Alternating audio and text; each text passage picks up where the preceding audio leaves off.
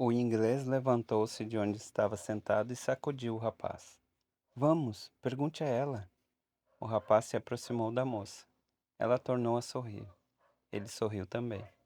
Como você se chama? Perguntou. Me chamo Fátima, disse a moça, olhando para o chão. É um nome que algumas mulheres têm na terra de onde venho. É o nome da filha do profeta, disse Fátima. Os guerreiros os levaram para lá. A moça delicada falava de guerreiros com orgulho. Ao seu lado, o inglês insistia, e o rapaz perguntou pelo homem que curava todas as doenças. É um homem que conhece os segredos do mundo. Conversa com os djinns do deserto, ela falou. Os djinns eram os demônios e a moça apontou para o sul, para o lugar onde aquele estranho homem morava. Depois encheu seu cântaro e partiu. O inglês partiu também, em busca do alquimista.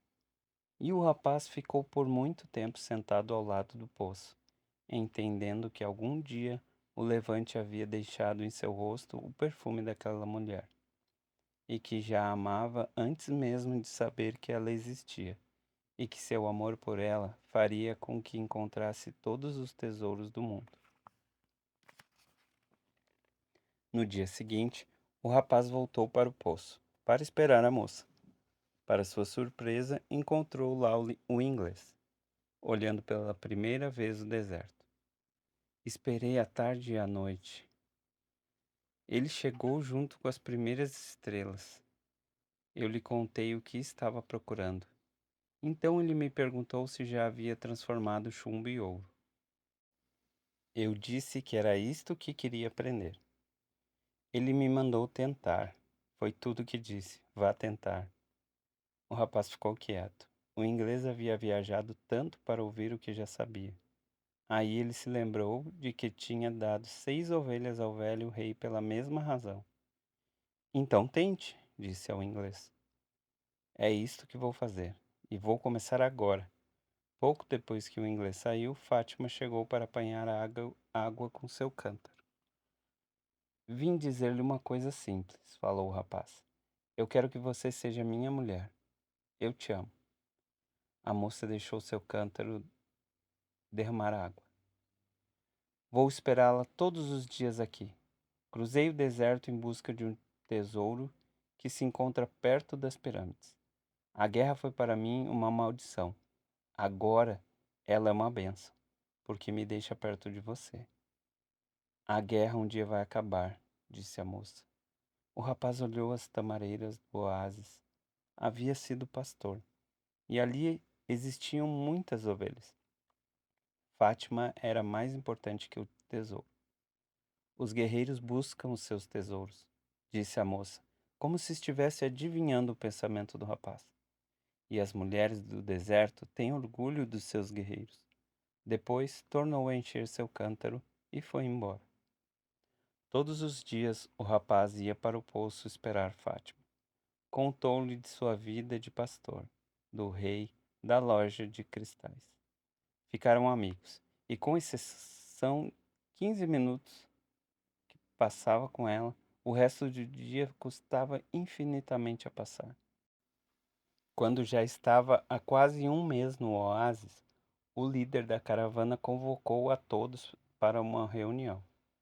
Não sabemos quando a guerra vai acabar e não podemos seguir viagem.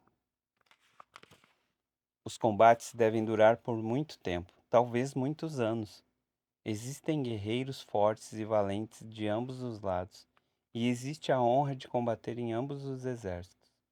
Não é uma guerra entre bons e maus, é uma guerra entre forças que lutam pelo mesmo poder. E quando este tipo de batalha começa, demora mais que as outras, porque Alá está dos dois lados. As pessoas se dispersaram. O rapaz tornou a encontrar-se com Fátima aquela tarde e contou da reunião. No segundo dia que nos encontramos, disse Fátima, você me falou do seu amor. Depois me ensinou coisas belas, como a linguagem e a alma do mundo. Tudo isto me fez, aos poucos, ser parte de você. O rapaz ouvia sua voz e achava mais bela que o barulho do vento nas folhas das tamareiras. Faz muito tempo que estive aqui neste poço esperando por você. Não consigo me lembrar do meu passado, da tradição, da maneira que os homens esperam que se comportem as mulheres do deserto. Desde criança eu sonhava que o deserto ia me trazer o maior presente de minha vida. Este presente chegou afinal, e é você. O rapaz pensou em tocar sua mão, mas Fátima segurava as alças do cântaro. Você me falou dos seus sonhos, do velho rei, do tesouro. Você me falou dos sinais. Então não tenho medo de nada, porque foram estes sinais que me trouxeram você. E eu sou parte do seu sonho, da sua lenda pessoal, como você costuma chamar. Por isso quero que siga em direção ao que veio buscar. Se tiver que esperar o final da guerra, tudo bem, mas se tiver que seguir antes, vá em direção à sua lenda. As dunas mudam com o vento, mas o deserto permanece no mesmo. Assim será com o nosso amor. Maktub disse: Se eu for parte de sua lenda, você voltará um dia. O rapaz saiu triste do encontro com Fátima. Ele se lembrava de muita gente que havia conhecido. Os pastores casados tinham muita dificuldade em convencer suas esposas de que precisavam andar pelos campos. O amor exigia estar junto da pessoa amada. No dia seguinte, ele contou tudo isso a Fátima. O deserto leva nossos homens e nem sempre os traz de volta, disse ela. Então nos acostumamos com isto. E eles passam a existir nas nuvens sem chuva, nos animais que se escondem entre as pedras, na água que sai generosa da terra. Eles passam a fazer parte de tudo, passam a ser a alma do mundo. Alguns retornam, e então todas as outras mulheres ficam felizes, porque os homens que elas esperam também podem voltar um dia. Antes eu olhava estas mulheres e invejava sua felicidade. Agora vou ter também uma pessoa para esperar. Sou uma mulher do deserto e me orgulho disto. Quero que meu homem também caminhe livre como o vento que move as dunas. Quero também poder ver meu homem nas nuvens, nos animais e na água. O rapaz foi procurar o inglês. Queria contar-lhe sobre Fátima. Ficou surpreso quando viu que o inglês havia construído um pequeno forno ao lado de sua tenda. Era um forno estranho, com um frasco transparente em cima. O inglês alimentava o fogo com lenha e olhava o deserto. Seus olhos pareciam ter mais brilho quando passava o tempo todo lendo livros. Esta é a primeira fase do trabalho, disse o inglês. Tenho que separar o enxofre impuro. Para isto, não posso ter medo de falhar. O meu medo de falhar foi que me impediu de tentar a grande obra até hoje. É agora que estou começando o que podia ter começado há 10 anos atrás. Mas me sinto feliz de não ter esperado 20 anos para isto. E continuou a alimentar o fogo e a olhar o deserto. O rapaz ficou ao seu lado por algum tempo, até que o deserto começou a ficar rosado com a luz do entardecer. Então ele sentiu uma imensa vontade de ir até lá, para ver se o silêncio conseguia responder suas perguntas. Caminhou sem destino por algum tempo, mantendo as tamareiras do oásis ao alcance de seus olhos. Escutava o vento e sentia as pedras sob seus pés. Às vezes, encontrava alguma concha e sabia que aquele deserto, num tempo remoto, havia sido um grande mar. Depois sentou-se numa pedra e deixou-se hipnotizar pelo horizonte que existia na sua frente. Não conseguia entender o amor sem o sentimento de posse, mas Fátima era uma mulher do deserto, e se alguém podia lhe ensinar isto, era o deserto. Ficou assim sem pensar em nada, até que pressentiu um movimento sobre sua cabeça. Olhando para o céu, viu que eram dois gaviões, voando muito alto. O rapaz começou a olhar os gaviões e os desenhos que eles faziam no céu. Parecia uma coisa desordenada. Entretanto, tinham algum sentido para o rapaz. Apenas não conseguia compreender seu significado. Decidiu então que devia acompanhar com os olhos o movimento dos pássaros, e talvez pudesse ler alguma coisa. Talvez o deserto pudesse lhe explicar o amor sem posse. Começou a sentir sono. Seu coração pediu para que não dormisse. Ao invés disto, devia se entregar. Estava penetrando na linguagem do mundo, e tudo nesta terra faz sentido, até mesmo o voo dos gaviões. E aproveitou para agradecer pelo fato de estar cheio de amor por uma mulher. Quando se ama, as coisas fazem ainda mais sentido, pensou. De repente, um gavião deu um rápido mergulho no céu e atacou o outro. Quando fez este movimento, o rapaz teve uma súbita e rápida visão. Um exército de espadas desembainhadas entrando no oásis. A visão logo sumiu, mas aquilo lhe deixou sobressaltado. Havia ouvido falar das miragens e já havia visto algumas. Eram desejos que se materializavam sobre a areia do deserto. Entretanto, ele não desejava um exército invadindo o oásis. Pensou em esquecer aquilo e voltar à sua meditação.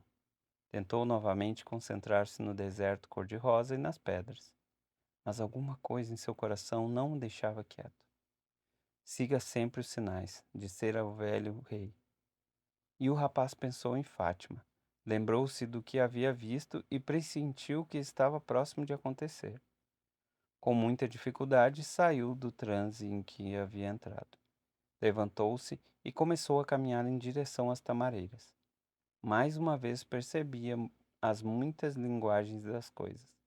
Desta vez, o deserto era seguro e o oásis se transformara em perigo. O cameleiro estava sentado aos pés de uma tamareira, também olhando o pôr do sol. Viu quando o rapaz surgiu por detrás de uma das dunas. Um exército se aproxima, disse. Tive uma visão. O deserto enche de visões e o coração de um homem, respondeu o camaleiro.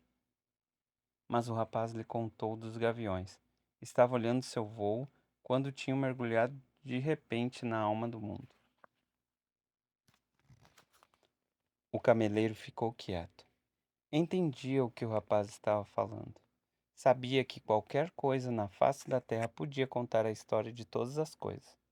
Se abrisse um livro em qualquer página, ou olhasse as mãos das pessoas, ou cartas de baralho, o voo dos pássaros, ou seja lá o que fosse, qualquer pessoa iria encontrar um laço com a coisa que estava vivendo. Na verdade, não eram as coisas que mostravam nada. Eram as pessoas que, olhando para as coisas, descobriam a maneira de penetrar na alma do mundo. O deserto estava cheio de homens que ganhavam a vida porque podiam penetrar com facilidade na alma do mundo.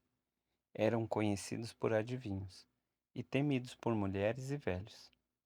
Os guerreiros raramente os consultavam, porque era impossível entrar numa batalha sabendo quando vai se morrer. Os guerreiros preferiam o sabor da luta e a emoção do desconhecido. O futuro havia sido escrito por Alá, e o que quer que ele tivesse escrito era sempre para o bem do homem. Então os guerreiros viviam apenas o presente, porque o presente era cheio de surpresas, e eles tinham que prestar atenção em muitas coisas. Onde estava a espada do inimigo? Onde estava seu cavalo? Qual o próximo golpe que devia deferir para salvar a vida? O camaleiro não era guerreiro, e já havia consultado alguns adivinhos. Muitos disseram coisas certas, outros disseram coisas erradas. Até que um deles, o mais velho e o mais temido, perguntou por que o cameleiro estava tão interessado em saber o futuro. Para que possa fazer as coisas certas, respondeu o cameleiro, e mudar o que não gostaria que acontecesse. Então deixará de ser seu futuro, respondeu o adivinho. Talvez, então, eu queira saber o futuro para me preparar para as coisas que virão. Se forem coisas boas, isto será uma agradável surpresa, disse o adivinho. Se for coisas ruins, você estará sofrendo muito antes delas acontecerem. Quero saber o futuro porque sou um homem, disse o cameleiro para o adivinho. E os homens vivem em função do seu futuro. O adivinho ficou quieto por algum tempo. Ele era especialista no jogo das varetas, que eram atiradas no chão e interpretadas da maneira que caíam. Naquele dia ele não jogou as varetas, envolveu-as num lenço e tornou a colocar no bolso.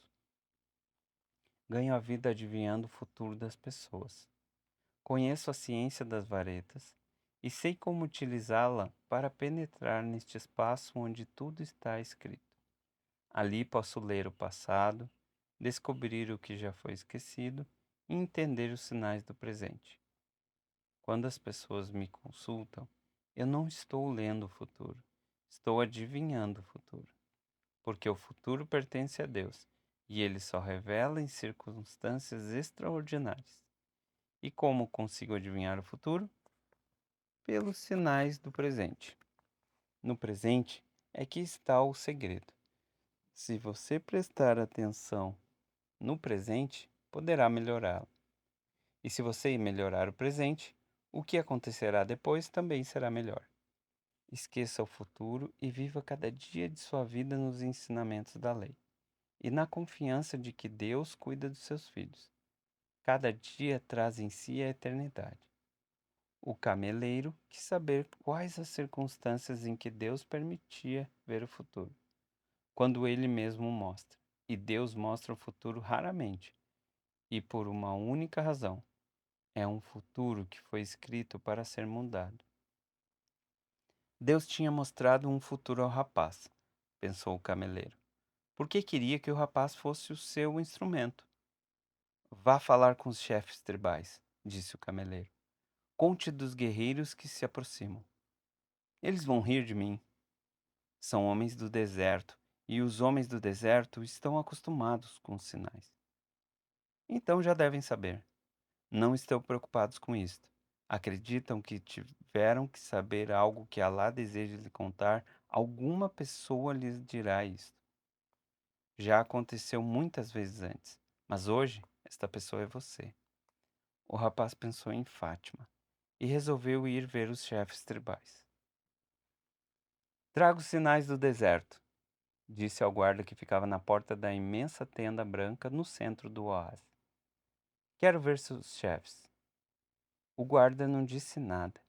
Entrou e demorou-se muito lá dentro. Depois saiu com um árabe jovem, vestido de branco e ouro. O rapaz contou ao jovem o que havia visto. Ele pediu que esperasse um pouco e tornou a entrar. A noite caiu. Entraram e saíam vários árabes e mercadores. Aos poucos as fogueiras foram se apagando e o oásis começou a ficar tão silencioso como o deserto. Só a luz da grande tenda continuava acesa. Durante todo este tempo, o rapaz pensava em Fátima, ainda sem entender a conversa daquela tarde. Finalmente, depois de muitas horas de espera, o guarda mandou que o rapaz entrasse. O que viu deixou-o extasiado. Nunca poderia imaginar que no meio do deserto existisse uma tenda como aquela. O chão estava coberto com os mais belos tapetes que já havia pisado, e do teto pendiam lustres de metais amarelo trabalhado, coberto de velas acesas. Os chefes tribais estavam sentados no fundo da tenda, em semicírculo, descansando seus braços e pernas em almofadas de seda com ricos bordados. Criados entravam e saíam com bandejas de pratas cheias de especiarias e chá. Alguns se encarregavam de manter acesas as brasas dos narguilés. Um suave perfume de fumo enchia o ambiente. Haviam 8 chefes, mas o rapaz logo percebeu quem era o mais importante. Um árabe vestido de branco e ouro, sentado no centro do semicírculo. Ao seu lado estava o jovem árabe com quem tinha conversado antes. Quem é o estrangeiro que fala de sinais? Perguntou um dos chefes, olhando para ele. Eu sou, respondeu, e contou o que havia visto. E por que o deserto ia contar isto a um estranho, quando sabe que estamos há várias gerações aqui? Disse outro chefe tribal. Porque meus olhos ainda não se acostumaram com o deserto, respondeu o rapaz. E eu posso ver coisas que os olhos habituados demais não conseguem mais ver. É porque eu sei a alma do mundo, pensou consigo mesmo, mas não falou nada, porque os árabes não acreditam nessas coisas. O oásis é um terreno neutro. Ninguém ataca um oásis, disse um terceiro chefe. Eu conto apenas o que vi. Se não quiserem acreditar, não façam nada. Um completo silêncio abateu-se sobre a tenda, seguido de uma exaltada conversa entre os chefes tribais. Falavam num dialeto árabe que o rapaz não entendia, mas quando ele fez menção de ir embora, um guarda disse para ficar. O rapaz começou a sentir medo. Os sinais diziam que havia alguma coisa errada. Lamentou haver conversado com o cameleiro e a respeito. De repente, o velho que estava no centro deu um sorriso quase imperceptível e o rapaz tranquilizou-se. O velho não havia participado da discussão e não dissera uma palavra aquele momento. Mas o rapaz já havia acostumado com a linguagem do mundo e podia sentir uma vibração de paz cruzando a tenda de ponta a ponta. Sua intuição dizia que havia agido corretamente em vir. A discussão acabou, ficaram em silêncio por algum tempo ouvindo o velho. Depois ele se virou para o rapaz. Desta vez seu rosto estava frio e distante. Há 2000 anos, numa terra distante, jogaram num poço e venderam como escravo um homem que acreditava em sonhos, disse o velho. Nossos mercadores o compraram e o trouxeram para o Egito. E todos nós sabemos que quem acredita em sonhos também sabe interpretá-los. Embora nem sempre consiga realizá-los, pensou o rapaz, lembrando-se da velha cigana. Por causa dos sonhos do faraó, com vacas magras e gordas, este homem livrou o Egito da fome. Seu nome era José. Era também um estranho numa terra estrangeira, como você, e devia ter mais ou menos a sua idade. O silêncio continuou.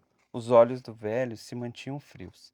Sempre seguimos a tradição. A tradição salvou o Egito da fome naquela época e o fez o homem mais rico entre os povos. A tradição ensina como os homens devem atravessar o deserto e casar suas filhas. A tradição diz que um oásis é um terreno neutro, porque ambos os lados têm oásis e são vulneráveis. Ninguém disse qualquer palavra enquanto o velho falava.